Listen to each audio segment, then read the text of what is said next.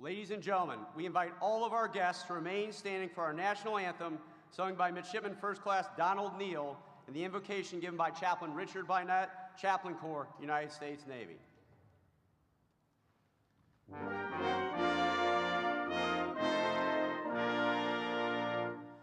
Oh, say can you see by the dawn's early light what so proudly we hailed at the twilight's last gleaming, whose broad stripes and bright stars through the perilous fight o'er the ramparts we watched were so gallantly streaming, and the rocket's red glare, the bombs bursting in air, gave proof through the night that our flag was still there. Oh, say does that star-spangled banner yet wave o'er the land of the free and the home of the brave?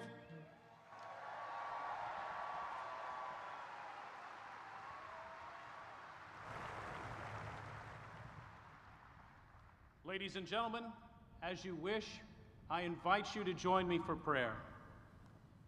Eternal Father, as we gather to graduate and to commission the class of 2022, we realize that only 4 years ago, these midshipmen arrived at the Naval Academy and marched through the doors of Bancroft Hall to begin a life of study and of service. It was there that they were taught the highest ideals of duty, honor, and loyalty, and were prepared for the arduous task of military leadership. May their memories of the Naval Academy always bring happiness and peace to their hearts. May the friendships they formed here sustain them throughout their lives. And may their service to America make our country stronger. On this day, as they receive their commissions, as they take their rightful place as true leaders in the service to which they've been assigned, bless and protect them ever from all harm. And Father, bless also those who love them, and even now are looking on with deep pride and affection. Give them this rich satisfaction of knowing that without their crucial contributions, this day would have not come for the midshipmen they call their own. Finally, gracious Lord, bless our country. Grant that it may ever serve as a beacon of light in a world of encroaching darkness. We pray this in your holy name. Amen.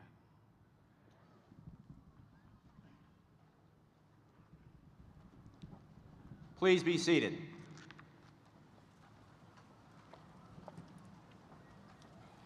Ladies and gentlemen, the 63rd Superintendent of the United States Naval Academy, Vice Admiral Sean S. Buck.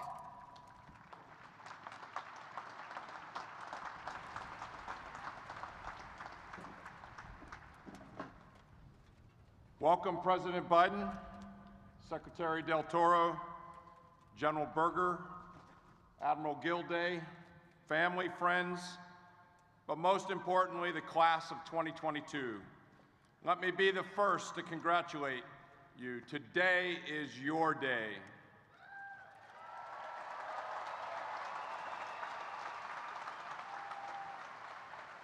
I can't tell you how thrilled I am to be here today looking out at all of you and all of your loved ones here in Navy Marine Corps Memorial Stadium.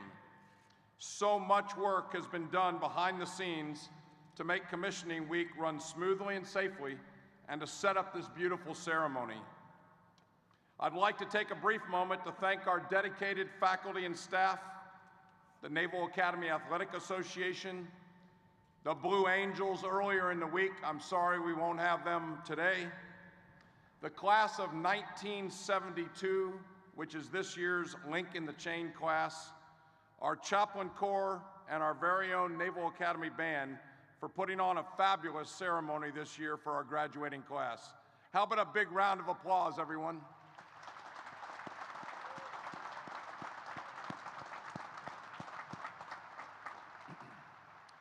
To the mothers and fathers, the brothers and sisters, aunts and uncles, cousins, grandparents, sponsors, and friends here today, thank you, sincerely thank you, for your unwavering and everlasting support of the men and women that are on this field. The class of '22 weathered a global pandemic during the heart of their Naval Academy journey. And while I am proud of the resilience that they demonstrated during the darkest hours of that journey, I am most proud of the leadership that they demonstrated navigating the Brigade of Midshipmen out of that challenging period. Over the past year, the class of 2022 reinstilled a sense of unity, camaraderie, and esprit de corps amongst their fellow midshipmen that had been fragmented during the toughest periods of the pandemic.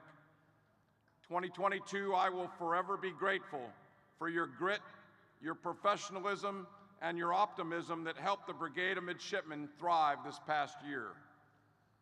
22, your journey at the Naval Academy in many ways mirrors the class of 1922, who had the responsibility of reinvigorating many customs and traditions and spirit on the yard following the demands of the First World War and the Spanish flu. In their lucky bag, they published the following verse in a poem entitled Annapolis. The 4 long years we tarried here, we always yearned to roam. But when the time came to depart, it felt like leaving home. 22, like every class that has come before you during your time in Annapolis, your gaze has been necessarily focused on the horizon and the challenges to come. By design, your 4 years by the Bay are spent in constant preparation for what comes next as officers in the fleet and the great adventures that await each and every one of you. Within the hour, each of you will raise your right hand and take an oath to defend the Constitution. That action and that promise will bind you to every Naval Academy graduate that has come before you and every graduate that will follow. Take your oath today with the knowledge that you have a strong foundation upon which to continue your journey as Navy and Marine Corps officers. And also know that the Yard, the faculty and staff who have dedicated their life's work to their mission, and this community of alumni that you're joining today will forever remain your home, ready to welcome you back to our shores from wherever you may roam. Your nation is counting on you, class of '22. Your Naval Academy family is proud of you. We look forward to seeing what each and every one of you will accomplish. Ladies and gentlemen, it's now my distinct pleasure to introduce the 78th Secretary of the Navy, the Honorable Carlos Del Toro.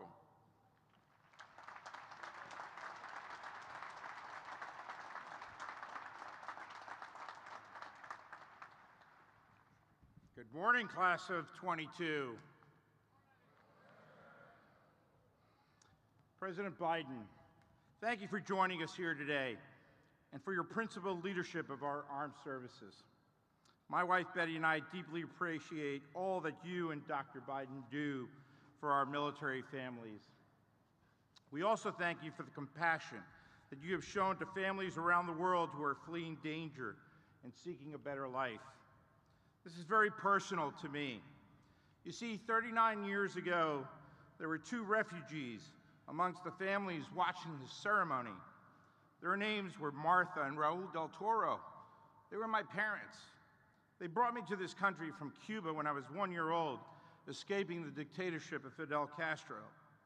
The United States welcomed us with open arms. I grew up in a nation that was built on values, protected by a military that was built on honor. Joining that military and graduating from this institution was my chance to give back to this great nation. While I know my parents were proud of my own individual achievements that day, I also know that they were deeply proud of their own then 17-year journey in America, as difficult as it was. And I hope today that every family here today takes a deep measure of pride in the journey that has brought you to this moment. Because today is more than just an individual achievement by these proud young men and women before us. It is truly, truly a family accomplishment. It is the culmination of years of hard work and sacrifice on the part of parents, grandparents, siblings, loved ones, molding these young men and women into patriots ready to serve their country. You have instilled in them the core values they will need to succeed as officers, as lifelong leaders.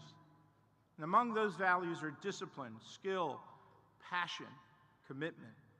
Commissioning from the United States Naval Academy is indeed one of the toughest things that any young person can do with their lives. So to every rising ensign and second lieutenant here today, thank you for your decision to serve our nation and for the excellence that you have shown here at Annapolis. Today, you will receive 2 documents and should be equally proud of both of them. Your degree represents a tremendous individual achievement, graduation from one of the most elite academic institutions in the world. But the heir to the document is different. Your commission is a statement of trust directly from the President of the United States, administered today by the Commandant of the Marine Corps and the Chief of Naval Operations.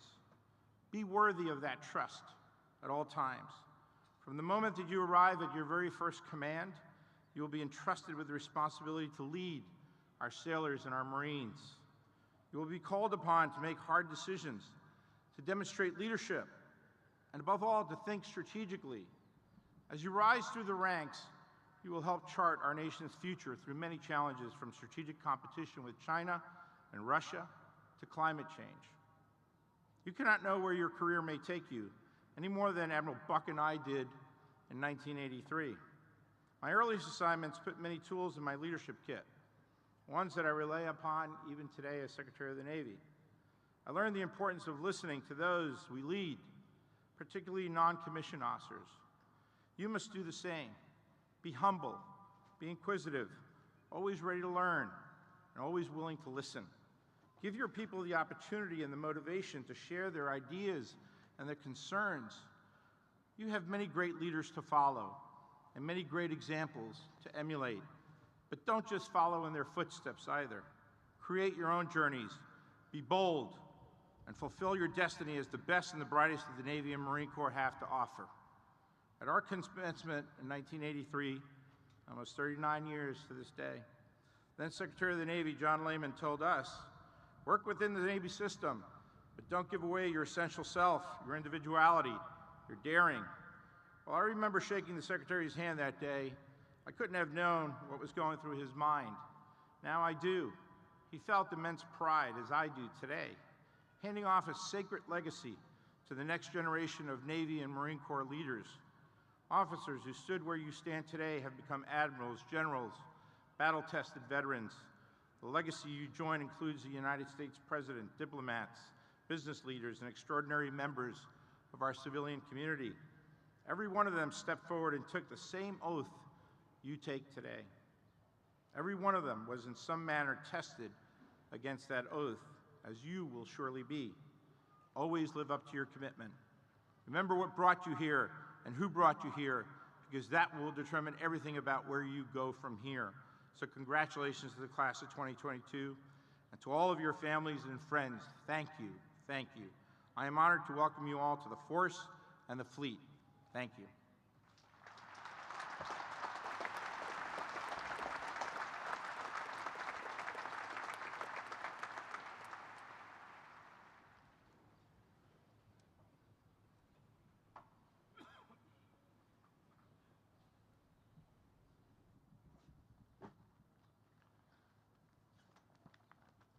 Ladies and gentlemen, it is my distinct honor to introduce the 46th President of the United States, the Honorable Joseph R. Biden, Jr.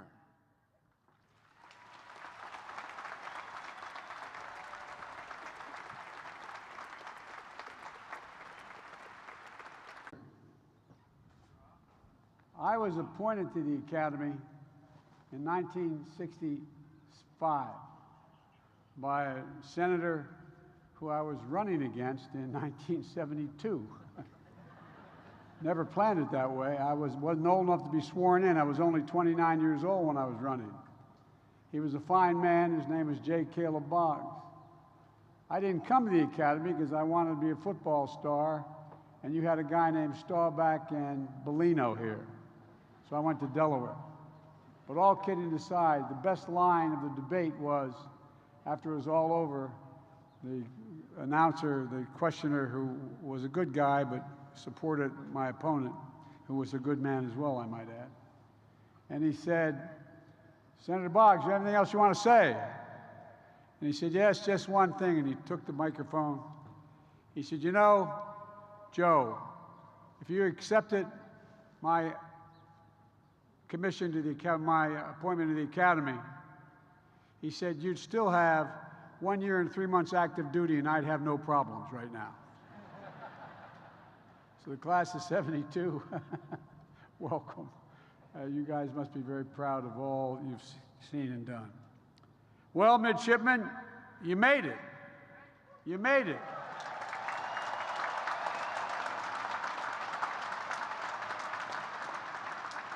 I'll bet there were times you wondered if you'd ever see this day. Especially those early days when you had to chop everywhere, memorize every reef point to make it through the sea trials, and even passing chemistry, for God's sake.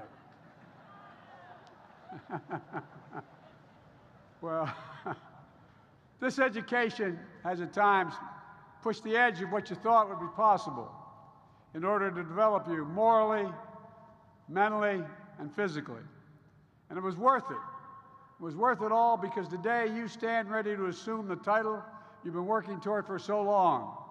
Ensign, United States Navy. Second Lieutenant, United States Marine Corps.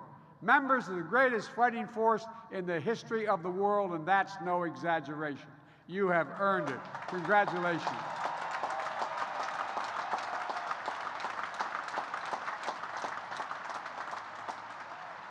I mean it, you really are.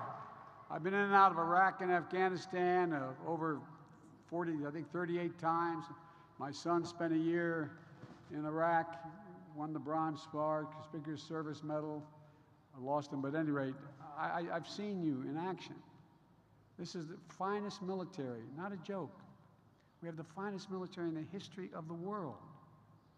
And thank you, Admiral Buck, for the work you and your team have done to put these young men and women in shape when they arrived here 4 days ago on I-Day into officers of the Armed Services in the United States of America. And Secretary Del Toro, Admiral Gilday, General Berger, you know better than anyone how important these missions are we're going to ask these young officers to carry out. And looking out at this field, it's clear to me we're going to be sending our finest. Congressman Ruppersberger, it's great to see you here. I'm told you're here. I also want to recognize Congressman DeJarle and Congressman Crowley, both here today as proud parents commissioning midshipmen. And by the way,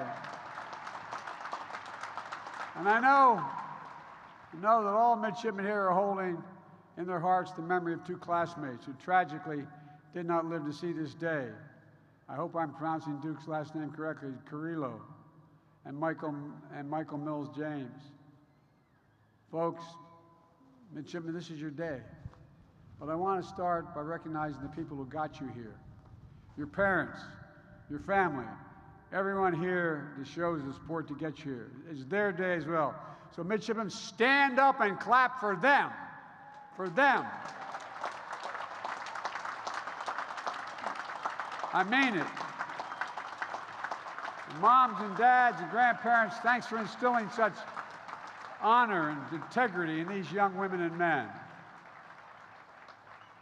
Class of 2022, you made incredible memories. Please have a seat during your time in the yard. After all this class holds one of the fastest Herndon climbs in history, upholding a tradition set by the link in the class chain 50 years ago. This is a class that earned a record number of wins against Army and the N-Star competition.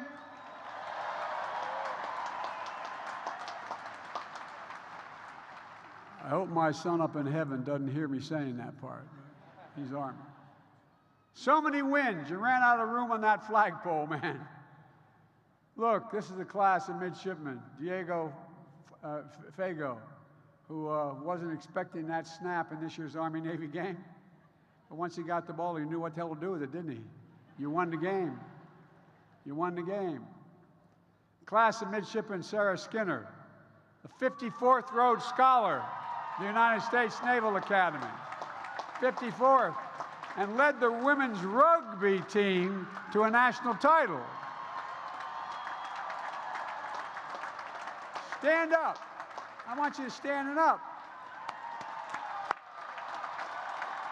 And now, Sarah's on the Olympic development team. I can't wait to see you, kid. I can't wait to see you. When I couldn't play football anymore, I played rugby in law school. I should have spent more time in law school, but at any rate. Class of midshipmen, first class, Andre Rasco, Delta Company, your class president.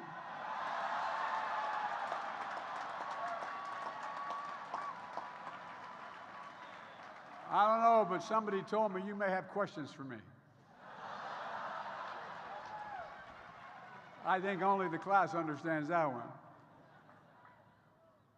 You've all got so much to be proud of. You really do.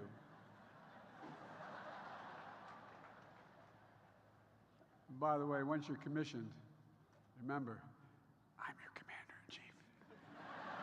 So don't ask me too tough a question, okay? Look,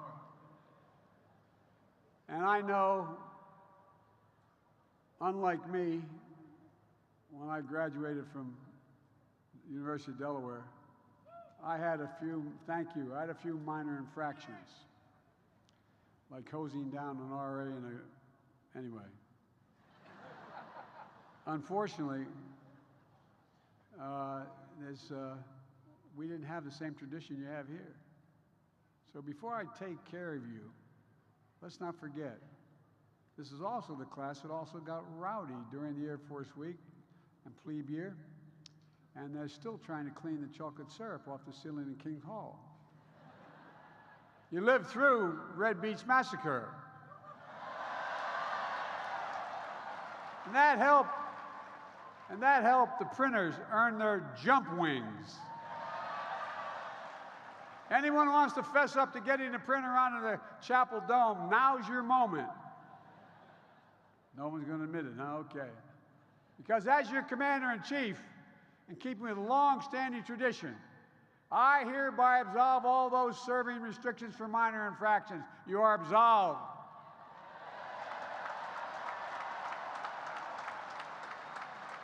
And as I said, I wish all my graduation speakers had been able to do that. You all think I'm kidding, I'm not. Midshipmen, above all, the Academy has trained you to be leaders. Easy word to throw around, but hard to accomplish. You didn't take the easier route when you chose the Academy. And again, when you signed your 2 for 7s. You chose a life of service and purpose. You chose trial and sacrifice. You chose to be part of a mission that's greater than any individual. While every class of midshipmen is tested, you faced added challenges to maintain a sense of mission and community and purpose when the global pandemic forced everything, literally everything, to change. When you were told not to return after spring break as youngsters, when your second year, you weren't allowed to see anybody other than your roommate. Hope the hell you picked right.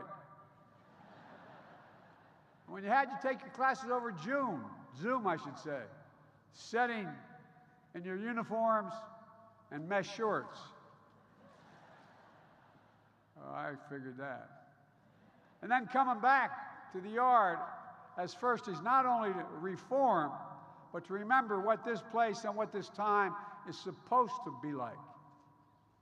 To return to the brigade to what it was pre-COVID and rebuild morale. You had the responsibility to right the ship, and all of you stepped up, I'm told. You came together. You learned the first and most important lesson of leadership. to always, always care for your people, to respect everyone's talents, to be inclusive, and to make sure the United States Navy and the United States Marine Corps draw from the full strength and diversity of this nation. Everybody. Midshipmen, for the rest of your careers, you're going to face challenges unforeseen. You're going to have to adapt, be ready to lead your people through whatever lies ahead. To state the obvious, no generation of graduates gets to pick what world we're going to graduate into. It's already been formed for you, but you must change it. No officer knows the range of challenges they'll face when they commission. In class of 2022, you are graduating at an inflection point, not only in American history, but in world history, and I mean it.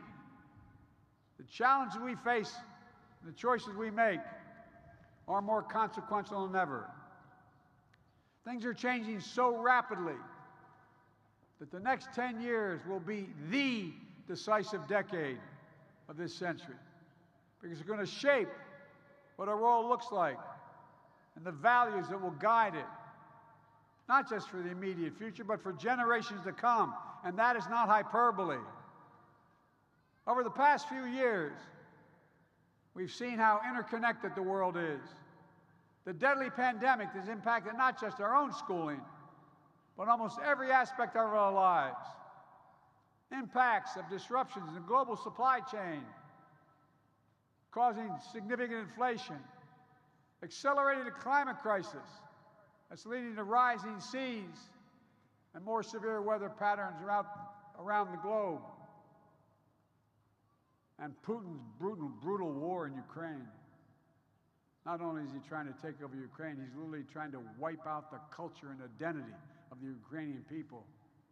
Attacking schools, nurseries, hospitals, museums, with no other purpose than to eliminate a culture. A direct assault on the fundamental tenets of rule-based international order. That's what you're graduating into. It's the world in which ensigns and second lieutenants, a world that more than ever requires strong, principled, engaged American leadership, where America leads not only by the example of its power, but the power of its example. Think of why most nations agree to support us. It's the example. It's the example we set. You'll learn to crew the most advanced ships in the world, train the most elite combat units, conduct undetected submarine missions, fly the most advanced fighter planes. But the most powerful tool that you'll wield is our unmatched network of global alliances and the strength of our partnerships, which since I got elected, I've been trying to reestablish in detail. Earlier this week, I returned from my first trip as president, been there before, as president though, to the Indo-Pacific, a region that will be vital to the future of our world. I met with the leaders of Japan, the heads of state of Japan, the Republic of Korea. I participated in a meeting of the Quad, which I restarted over China's objection, including Australia, Japan, India, and the United States, 4 leading democracies in the Indo-Pacific. And I launched, together with 13 other countries across the region, the new Indo-Pacific Economic Framework to help write the rules of the road for the 21st century. Before I departed Asia, before I left for Asia, I should say, I got a phone call from the Prime Minister of Sweden and the President of Finland. Could they come and see me in the Oval? They came to ask me whether I'd support them joining NATO. The actions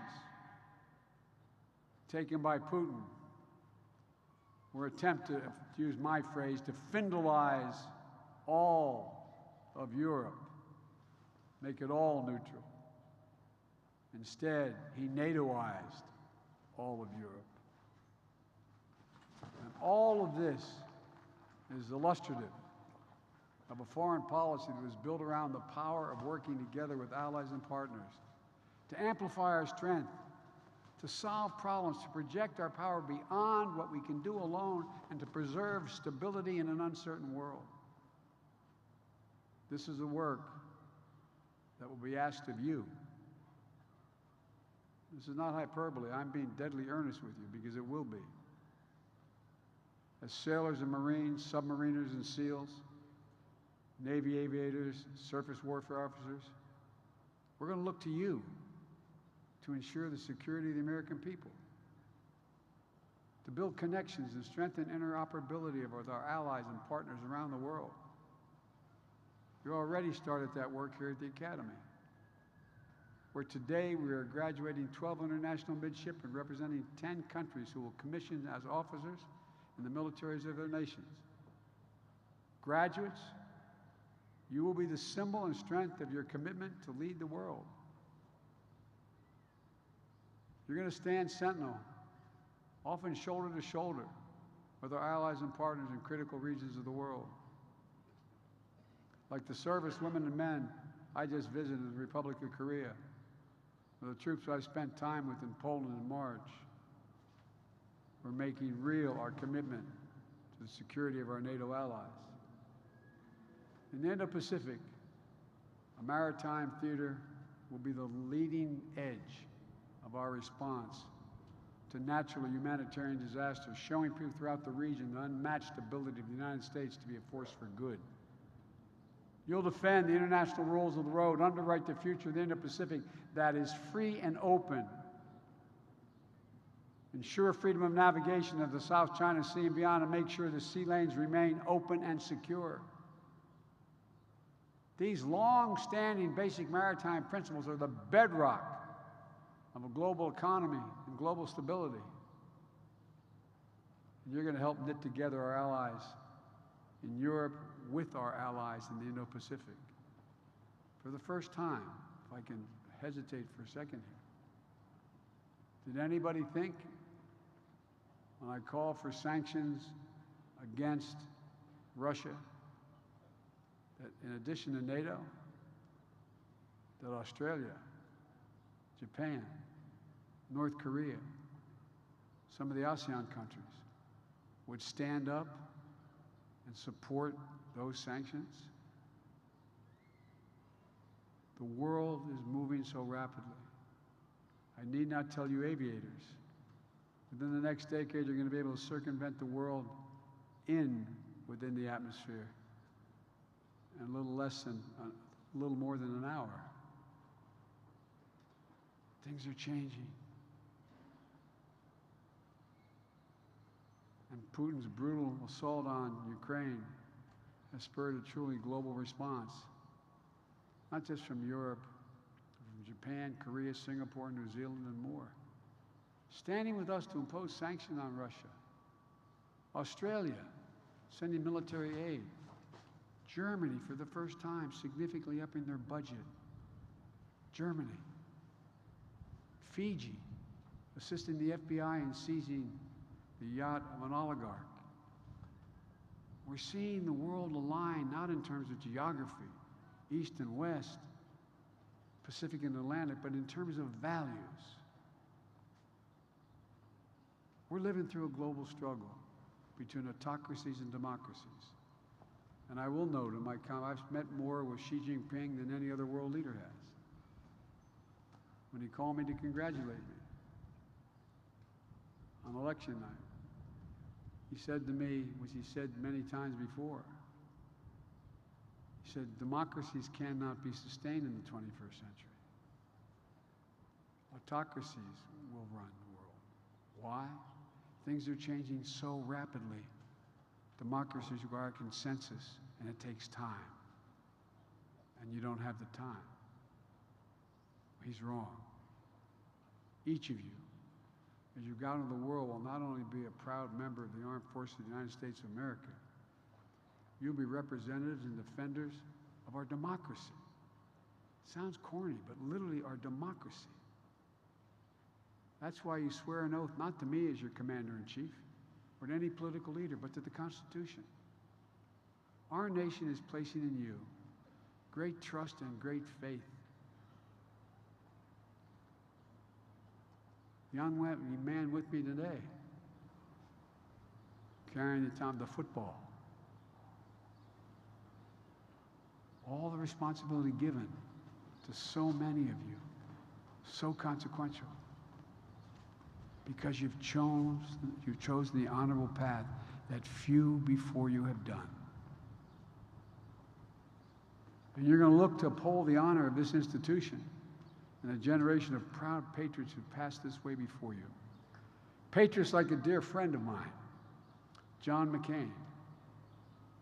John and I went after each other hammer and tong on the Senate floor. We disagreed politically on things. But being here, I can't help think of John and how the Naval Academy meant so much to him. He chose these grounds for his final resting place. John was an American hero who withstood torture, years of being held as a prisoner of war. And when he came home, he decided he wanted to continue to serve. We traveled tens of thousands of miles together as he is staffing me as a senator. I'm one of the reasons, and I used to always get kidded by my Democratic friends, I talked him into running. He was a man of great principle and capacity. He always lived by a code, the same code that you all have been taught. It's not just words, it's real. Duty, honor, loyalty. He kept that code throughout his years as a prisoner of war. All the time he served in the United States Congress. As I said, we often disagreed, but we were close friends. John and I, we knew one another. In March of 2018, I was honored that John asked me, because he wasn't physically able, to come to the Naval Academy and receive on his behalf the Alumni Association's Distinguished Graduate Award and speak for him. Shortly after that, when John was on his deathbed at his home in Arizona, I went to see him. I was leaving after the visit, and in a voice barely above a whisper, he called me over his bedside. He said, "Joe, will you do my eulogy?" I said, "Yes, John." Literally at the same time, two guys who think they're hard-ass guys looked at one another and said, "I love you."